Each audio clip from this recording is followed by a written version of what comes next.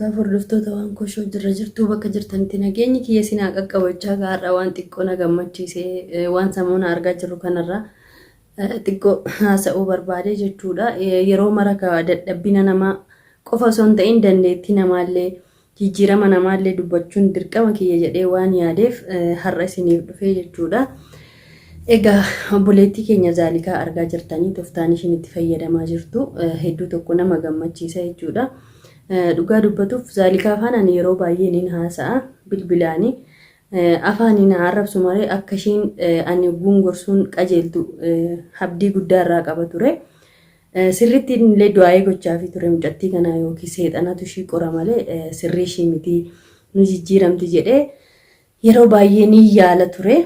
Bilbilaan itti haasa'a jechuudha. Askaluu kana hedduu tokko jijjiiramtee jirti jechuudha. Namaallee fudhataa jirti gara rabbii ishiitti illee deebitee jirti jechuudha. Yeroo baay'ee namnis nama dogoggorsiisa sheexana wajjin jechuudha. Namni nuti akka sheexana jijjiiramullee zamana kana keessa hedduudha ni beektanii.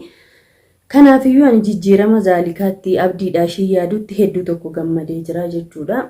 Ijoolleen asirratti immoo na arrabsaa jirtanii jetteetti ishiin illee anaaf illee naaf himtee jirti. Hin arrabsiinaani amma iddoo arrabaa sana hin jirtu waan gaarii hojjette. Hajjii jechuun beektanii abdii hin jaalatu. Intalli gufoo qorrofeen sun illee mana fiddee aga siree isaa irratti isa faana haasa'u jechuun kun tuffii guddaadha jechuudha. Akkuma Zaalikaanuu jette gaa sirrii isaan jiru abdiini jechuudha. Maal yoo jettanii waatti itti godhame malee akkamiin telefoona isaa ishiitti kennee telefoona xiqqishuu qabatee deemaa jechuudha. Kun waatu jira duubarraa. Inshaallah kan yeroo dhihoo keessa as ba'a jechuudha. Waan ishiin gochaa jirtus rabbi wajjiniin yaa'u Zaalikaa godheefi jechaadha. Rabbi nu hundi keenya Zaalikaa jibbinee lolaanii turre. Lafaa kaan illee lolleen ishiinis iddoo badii dhaabbataa turte. Rabbiin egaa Zaalikaa kana jijjiire nama kamuu ni jijjiiredha. Abdii guddaarraa qaba.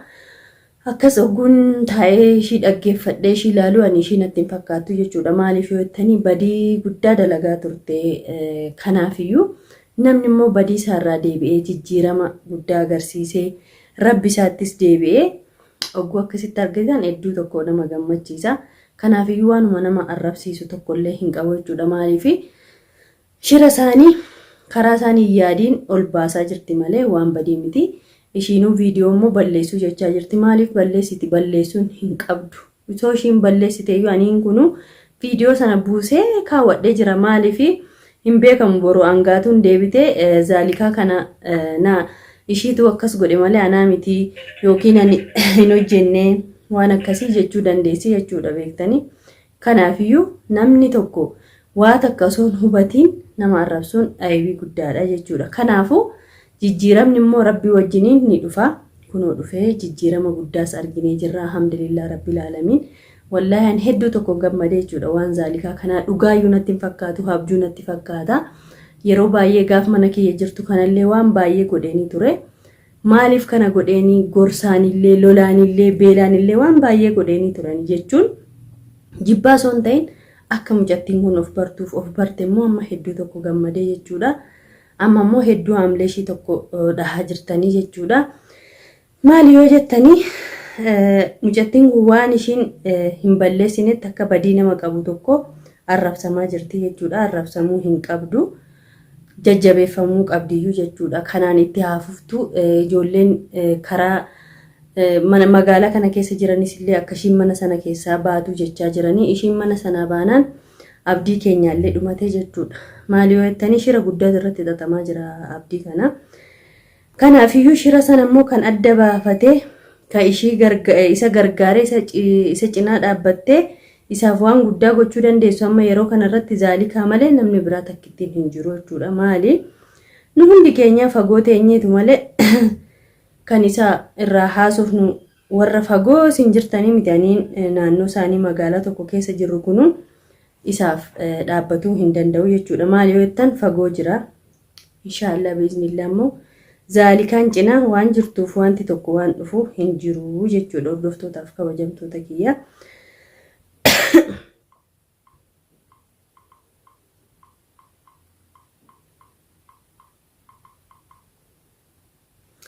Innaa akkasii isiniin jedha ijoollee dadhabbina yookiin yaada sammuu dadhabbinaa qabu malee namni zaalikaatti yeroo kana aaru wallaahi waan nama gammachiisu hojjechaa jirti malee waan nama aarsu tokko miti. Ammallee ani zaalikaanuu waan jechuu barbaadu bilbilaanis itti meeraa waan ishii faana haasa'ellee asirratti haasa'uun nu nan barbaachisu. Waan baay'ee waan inni ishii gorsu kana hojiirra oolchaa waan jirtuuf hedduu tokko haa galatoomtu jechuudha. Maaliifuu zaalikaan ammaaf ana cina jirti jechuudha. Karaa abdii ittiin waan akkanarraa baafnu barbaadaa jira. Ammaan iyyuu bakka zaalikaa akka jibbu sana osoo hin ta'in osoo walittuu deebi'anii osoo yaa'anii osoo fuudheen abdiin waan jedhutu keessa kiyya jira. Maaliifuu isaaf waan gaarii dalagaa jirti dhugaa dubbatuu fi akkanaaf himtettis waan akkasii keessa kan galchees hiriyoottan ishiiti. Akkuma beektan magartuu kana fa'i kanatu dogoggorsiise mucattii kana malee nama hammeenya qabdu miti, nama gaariidha. Nama yaada naanneeffatteedha. Garuu hiriyaa gadheen egaa nama balleessiti. Kanaafuu zaalikaa hin arrabsiinaa isiniin jechuu barbaada. Wallaahi jajjabeessaa ni haamleen dhahinaa ishiin nama yuutuuba kanallee haarawaadha. Jajjabeessuu cina dhaabbatu malee gizee kanarratti arrabsuun hin barbaachisu. Innaa abdii keenya immoo rabbiin egaa mucattii bineentii mucattii qocaa sana harka haa baasu jedha du'aayii godha malee waan inni godhamu tokko hin jiru. Amma fa'aa hajjiitti shirkite taanaan abdiidha dhumate waa tokko godheefiitu malee immoo abdiin telefoona nookiyaatti deemaa hin jiru. Zaalikaallee akka isaan hin miine akkaataa ishiin itti of eeggattan illee gorseenii jira. Waan godhamus godhaa jirra. Inshaallah biiznillaa harkaa ba'a abdiin jechuudha. Amma shira guddaa kan xaxaa jiran angaatuu fi hajjiidha jechuudha. Hajjiin abdiirraa jaalala hin qabu, hiriyummaa hin qabu, kijibuma masaa olii gadi oofee jala qurqurqur jechuu faayidaa isaatiif malee hassaada guddaadha.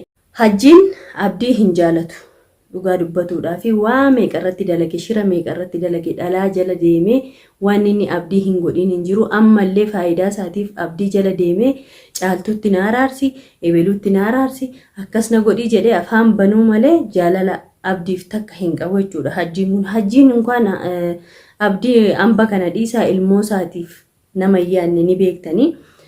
Haadha manaa isaatiif nama kabajaa hin qabne, dubartii nama kabajaa hin qabne, maatii nama kabajaa hin qabne. Innaa ammallee immoo inni adeemsisaa mucattii kana faana walii galee abdii balleessuudha hajjiin jechuudha. Maaliifiyyuu baay'ee jibbaarraa qaba sababa caaltuutiin jechaadha. Caaltu achi teessee akka nama kunoo achitti mismaaraan dhaame haasaan harkaan dhumne sana sababa ishiitiif ijoolleen kun lamaan xalaata ta'anii jechuudha. Isoo immoo ishiin akka namni cina dhaabbatutti bee ofirraa kuttee hajjii kanayyuu baay'ee namatti tola ture. Garuu diina horatteef kunoo abdiidha jechuudha. Caaltuun sababa caaltu malee abdiin nama tokkotti hin bu'u, namas hin ga'u, namnis isa hin ga'u. Kabajaa guddaa qabaaf namni. Garuu dubartiin kun ogummaa miidhamtu laalee ishiidhaaf jecha wajjin tumamee wajjin arrabsamee kun amma hiriyaansaa diinatti ta'ee boolla qotaafii jira dubartii wajjin jechuudha. Hajjiin waan takka gochuun hin danda'u. Abdiin sirriin jiru. Azaanaa kana ni argitanii mucaan kun bifni isaa sun gadhumee haasaansaa sun harkaa badee bashaasha. Abdiin akkam ture ni beektanii akkas jedhee siniif hin ibsu.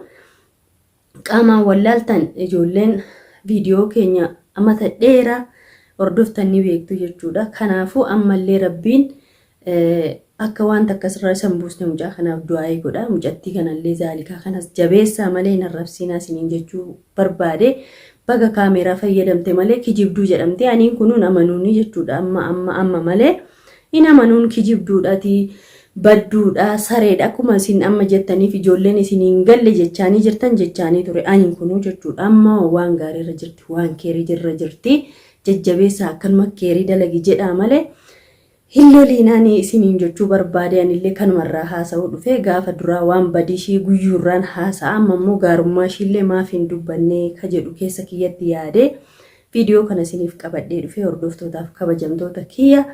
Egaa viidiyoo kiyya yoo jaallattanis yoo jibbitanis yaadatti kennadha. Isinillee yaada keessan barreessaa. Galatoomaa jiraadha.